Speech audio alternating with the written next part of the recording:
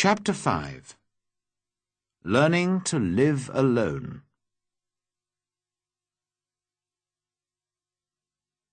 I still needed a lot of things. "Well," I said, "I'm going to have to make them." So every day I worked. First of all, I wanted to make my cave bigger. I carried out stone from the cave, and after many days' hard work, I had a large cave in the side of the hill. Then I needed a table and a chair, and that was my next job. I had to work on them for a long time. I also wanted to make places to put all my food and all my tools and guns. But every time I wanted a piece of wood, I had to cut down a tree. It was long, slow, difficult work. And during the next months, I learnt to be very clever with my tools. There was no hurry. I had all the time in the world.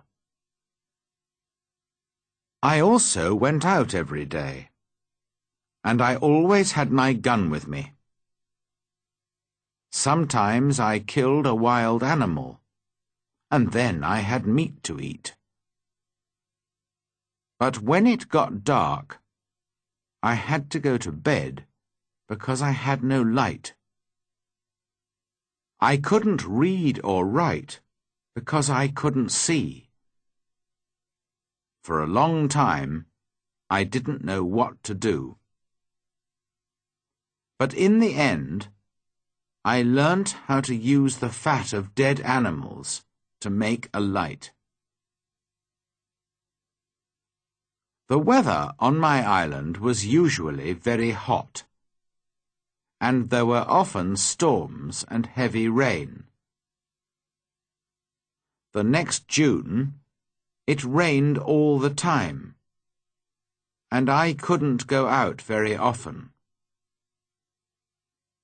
I was also ill for some weeks, but slowly I got better. When I was stronger, I began to go out again. The first time, I killed a wild animal, and the second time, I caught a big turtle. I was on the island for 10 months before I visited other parts of it. During those months, I worked hard on my cave and my house and my fence. Now I was ready to find out more about the rest of the island. First, I walked along the side of a little river. There I found open ground without trees. Later, I came to more trees with many different fruits. I decided to take a lot of the fruit and to put it to dry in the sun for a time. Then I could keep it for many months. That night, I went to sleep in a tree for the second time, and the next day I went on with my journey. Soon, I came to an opening in the hills. In front of me, everything was green, and there were flowers everywhere. There were also a lot of different birds and animals. I saw that my house was on the worst side of the island. But I didn't want to move from there. It was my home now. I stayed away for 3 days, and then I came home. But I often went back to the other, greener side of the island. And so my life went on. Every month I learnt to do or to make something new. But I had troubles and accidents too. Once there was a terrible storm with very heavy rain. The roof of my cave fell in and nearly killed me. I had to build it up again with many pieces of wood. I had a lot of food now. I cooked it over a fire or dried it in the sun. So I always had meat during the rainy months when I could not go out with a gun. I learnt to make pots to keep my food in. But I wanted very much to make a harder, stronger pot, a pot that would not break in a fire. I tried many times, but I could not do it.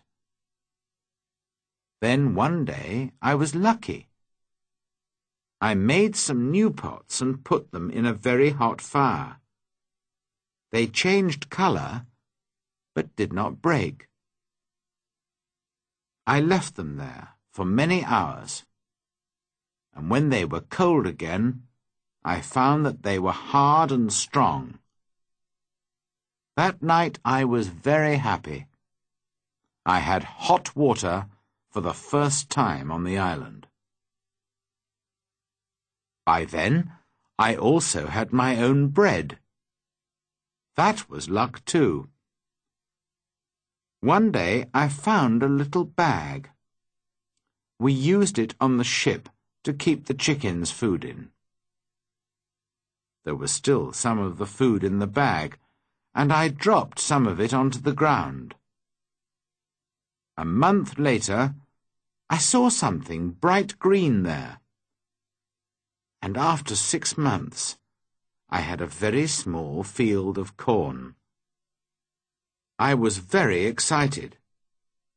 Perhaps now I could make my own bread. It was easy to say, but not so easy to do. It is a lot of work to make bread from corn.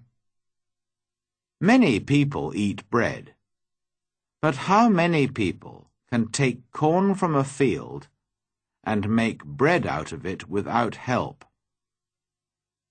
I had to learn, and to make many new things, and it was a year before I cooked and ate my first bread. During all this time, I never stopped thinking about escape. When I travelled across to the other side of the island, I could see the other islands, and I said to myself, perhaps I can get there with a boat. Perhaps I can get back to England one day. So I decided to make myself a boat. I cut down a big tree, and then began to make a long hole in it. It was hard work. But about 6 months later, I had a very fine canoe. Next, I had to get it down to the sea. How stupid I was! Why didn't I think before I began work? Of course, the canoe was too heavy. I couldn't move it. I pulled and pushed and tried everything, but it didn't move. I was very unhappy for a long time after that. That happened in my 4th year on the island. In my 6th year, I did make myself a smaller canoe, but I did not try to escape in it. The boat was too small for a long journey, and I did not want to die at sea. The island was my home now, not my prison, and I was just happy to be alive. A year or two later, I made myself a second canoe on the other side of the island. I also built myself a second house there, and so I had two homes. My life was still busy from morning to night. There were always things to do or to make. I learnt to make new clothes for myself from the skins of dead animals. They looked very strange, it is true, but they kept me dry in the rain. I kept food and tools at both my houses, and also wild goats. There were many goats on the island, and I made fields with high fences to keep them in. They learnt to take food from me, and soon I had goat's milk to drink every day. I also worked hard in my cornfields, and so many years went by.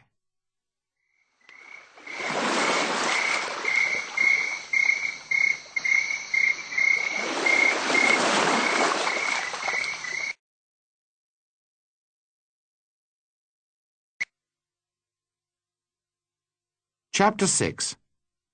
A Footprint. Then, one year, something strange and terrible happened. I often walked along the shore, and one day I saw something in the sand. I went over to look at it more carefully, and stopped in sudden surprise. It was a footprint. The footprint of a man. Who could this be? Afraid, I looked around me. I listened. I waited. Nothing. I was more and more afraid. Perhaps this man was one of those wild people who killed and ate other men. I looked everywhere, but there was nobody, and no other footprint. I turned and hurried home. There's someone on my island, I said to myself. Perhaps he knows about me. Perhaps he's watching me now, from behind a tree. Perhaps he wants to kill me. That night, I couldn't sleep. The next day, I got all my guns ready, and I put more wood and young trees around my house. Nobody could see me now. But after 15 years alone on the island, I was afraid, and I did not leave my cave for 3 days. In the end, I had to go out to milk my goats. But for 2 years I was afraid. I stayed near my home, and I never used my guns, because I didn't want to make a noise. I could not forget the footprint, but I saw and heard nothing more. And slowly I began to feel happier. One day, a year later, I was over on the west side of the island. From there I could see the other islands, and I could also see a boat far out to sea. If you have a boat, I thought, it's easy to sail across to this island. Perhaps that explains the footprint. It was a visitor from one of the other islands. I began to move more freely around the island again, and built myself a third house. It was a very secret place in a cave. No wild man will ever find that, I said to myself. Then one year, something happened which I can never forget. I was again on the west side of the island and was walking along the shore. Suddenly, I saw something which made me feel ill. There were heads, arms, feet, and other pieces of men's bodies everywhere. For a minute, I couldn't think. And then I understood.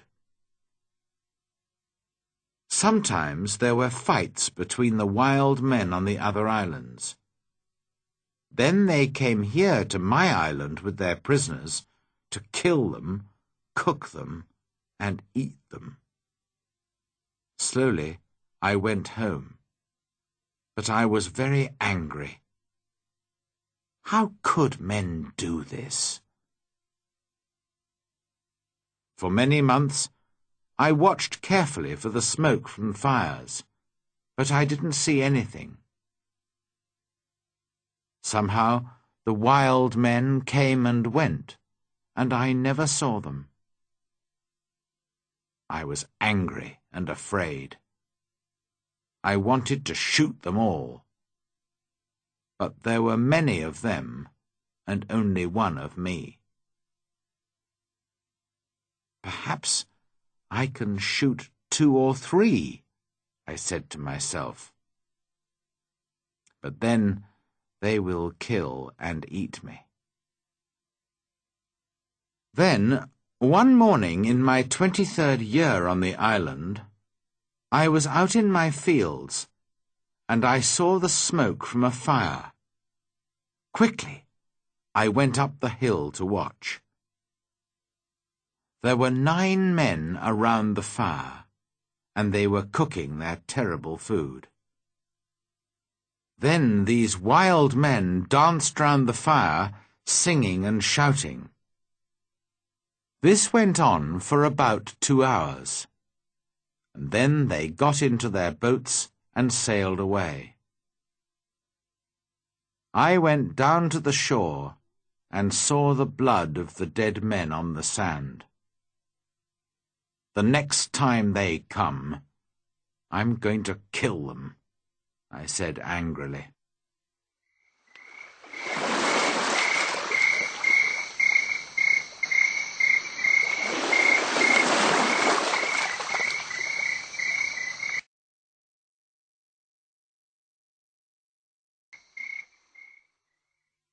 Chapter 7.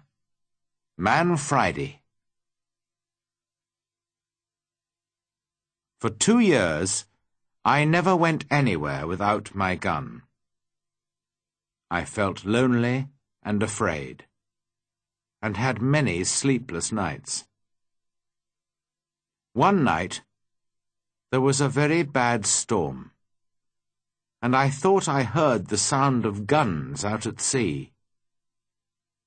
The next morning, I looked out and saw a ship. It was lying on its side not far from the shore. Quickly, I put my little boat in the water and sailed out to it. There were 2 dead men on the ship, but no one alive. The bodies of the other sailors were lost in the sea. I took some clothes and tools, and also a box of Spanish gold and silver money. I was a rich man now, but what use was money to me? I could not buy anything with it. I wanted people, a friend, somebody to talk to, somebody who could help me escape from my island. One morning, I woke up and made a plan. I'll try to catch one of the prisoners of the wild men, I said to myself. He'll be happy to be alive, and perhaps he'll help me to escape. I watched day and night, but for a year and a half there were no boats. Then one day 5 boats came. There were about 30 men, and they had 2 prisoners. They made their fire on the sand and danced round it. Then they killed one of the prisoners and began to cook their terrible meal. The second prisoner waited under the trees, with 2 men to watch him. Suddenly, the prisoner turned and ran. The 2 men ran after him, but the other wild men were busy round the fire and did not see what was happening. The prisoner ran like a wild goat, and soon I saw that he was coming near the bottom of my hill. As fast as I could, I ran down the hill and jumped out of the trees between the prisoner and the 2 wild men. I hit the first man with the wooden end of my gun, and he fell down. But I had to shoot the second man. The poor prisoner did not move. He was afraid of the noise of my gun. I called to him and tried to show him that I was friendly. Slowly, he moved nearer to me. But just then, the first wild man began to get up from the ground. Then the prisoner spoke, and I understood that he wanted my sword. How happy I was to hear words again. I gave him my sword, and at once he cut off the head of his enemy. Hurriedly, we hid the dead bodies under some leaves, and then left quickly. I took my prisoner to my secret cave on the other side of the island, and gave him food and drink. After that, he went to sleep. He was a fine young man, about 25 years old, tall and well-built, with a kind face and a nice smile. He had a brown skin, black hair, bright eyes, and strong white teeth. I decided to give him the name of Man Friday, because I first saw him on a Friday. When he woke up in the morning, he ran out to me. I was milking my goats in the field, and he got down on the ground and put his head near my foot. I understood that he was thanking me, and I tried to show him that I was his friend. I began to teach him to speak English, and soon he could say his name, Master, and yes and no. How good it was to hear a man's voice again. Later that day, we went back to my first house. We went carefully along the beach, but there were no boats and no wild men. Just blood and bones all over the sand. I felt ill, but Friday wanted to eat the pieces of men's bodies which were still on the ground. I showed him that this was terrible for me, and he understood. When we got to my house, I gave Man Friday some trousers, and I made him a coat and a hat. He liked his new clothes very much. Then I made him a little tent to sleep in. But for a few weeks, I always took my gun to bed with me. Perhaps Friday was still a wild man, and would try to kill me in the night. At first, Friday was very afraid of my gun. Sometimes he talked to it and asked it not to kill him.